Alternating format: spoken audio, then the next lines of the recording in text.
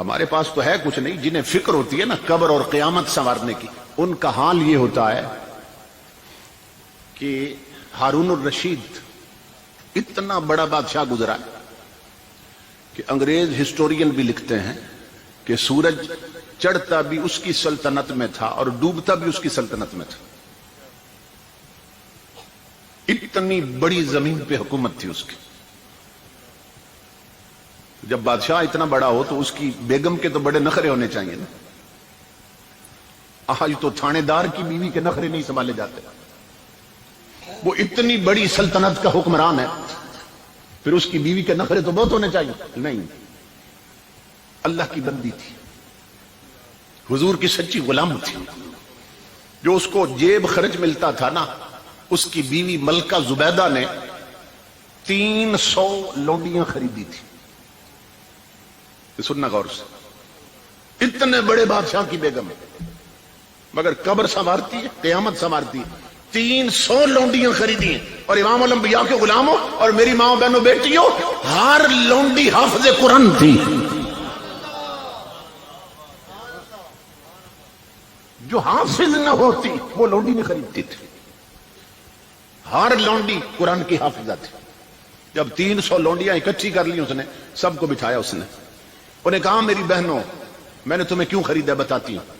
تم ہو 300، میں اپنے محل میں تمہیں ٹھہراؤں گی. جیسے کپڑے میں پہنوں گی تمہیں پہناؤں گی، جو میں کھاؤں گی تمہیں کھلاؤں گی، جو میں پیوں گی تمہیں پلاؤں گی. تم میرے ساتھ رہو گی لیکن اپنا وقت تقسیم کر لو. ڈیوٹی تمہاری صرف اتنی ہے. ہر چیز دوں گی تمہیں، وقت تقسیم کر لو. تم ہو 300 حافظ قرآن اور دن میں 24 گھنٹے ہوتے ہیں، دن اور رات میں. اپنا ٹائم ٹیبل بنا لو. ملکہ زبیدہ کہنے لگی میری طلب یہ ہے کہ میرے اس محل میں 24 گھنٹوں میں 1 منٹ بھی ایسا نہ گزرے جب رب کے قرآن کی تلاوت نہ ہو رہی ہو.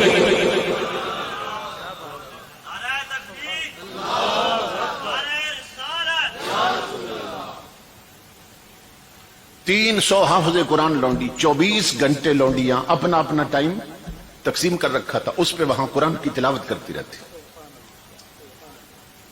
تو جنہیں قبر اور قیامت کی فکر ہوتی ہے نا، وہ محلات میں رہ کر بھی، محل میں رہ کر بھی قبر اور قیامت سنوار لیتی. اور جنہیں نہیں فکر ہوتی وہ جھگی میں رہ کر بھی برباد کر دیتی. ان جلسوں کا مقصد یہ ہے کہ اپنی آنکھیں کھولو. سب اس دنیا سے جانے والے ہیں.